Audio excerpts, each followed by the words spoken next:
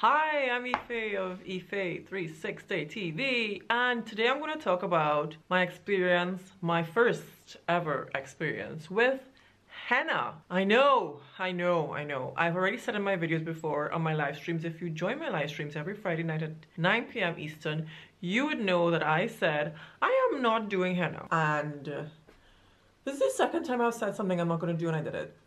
First one was the onion. I know, I tried it.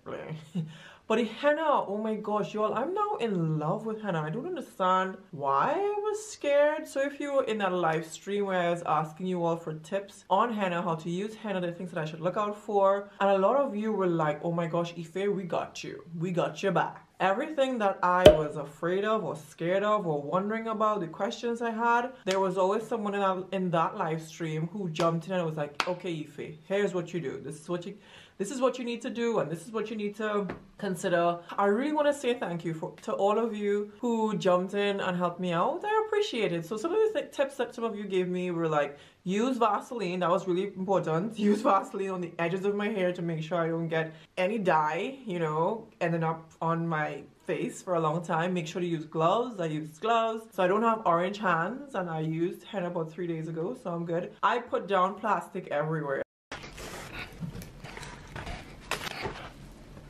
so I didn't have any spills, and if I didn't have any spills, I had newspaper down, so everything was okay. One thing that someone said that I think this is one of the reasons why I was afraid of henna.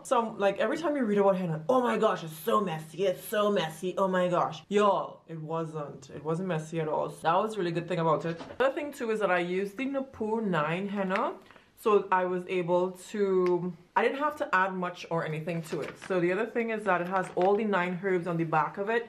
And it's not just henna, it has hibiscus, brahmi, shikakai, methi, neem, jatamansi, aloe vera, bringraj, and amla. So those 9 herbs plus henna. And then I added, now, Curly Chic. She was also in the live chat and she was dropping knowledge, okay? So she was saying that we can use cream of tartar instead of coconut milk, and I don't have cream of tartar. I used coconut milk, which I also read was a really good addition to your henna. It's great for conditioning your hair. The coconut milk helps the rinsing out process of henna very easy. For me, the coconut milk made my hair so lush. Really and truly appreciated the advice all of you gave me. Now, the other thing was that it wasn't as messy as everyone was saying that it would be.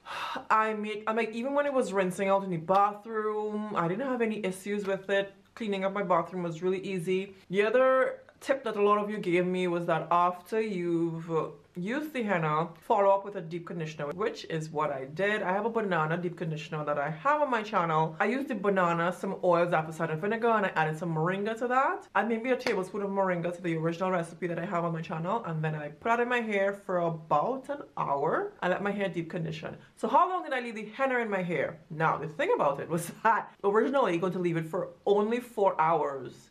And just before, I mean guys, just before, like literally 5 minutes before I was about to go and wash my hair, guess what happened? The power went out. I mean, it was divine intervention, because when I was about to wash, I would have been stuck in that bathroom with no light, power out, trying to rinse this dye out, and I cannot see what's happening.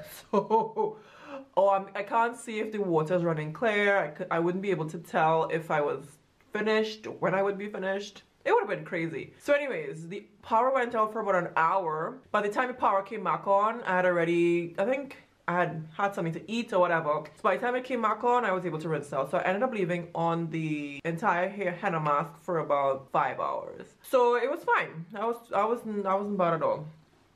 Now, with regard to the hair color, the other thing that I was really scared of, because a lot of people were talking about, I knew my hair color would change at least even slightly. And a lot of people talked about orange, auburn. I was just reading some crazy things online. And I'm not saying it didn't happen to other people, it's just that it didn't happen to me, thank God. Because when I put the henna in my hair, I almost immediately regretted it, because I'm seeing the dye. I think I did a patch test right on my arm hair, because a lot of you suggested that I do a patch test, and guess what? It was turning orange. So I'm thinking, oh my gosh, my hand is orange, my hair is going to be orange. So I'm just envisioning myself at school for a whole month with orange hair until I could dye my hair again, because I'm going to do the treatment again in a month.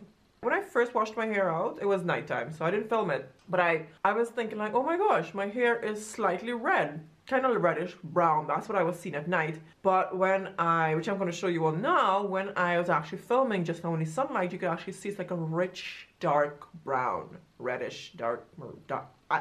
I mean, y'all look for yourself and see what you see. So I would love to hear from you. What were your first fears when you first used henna?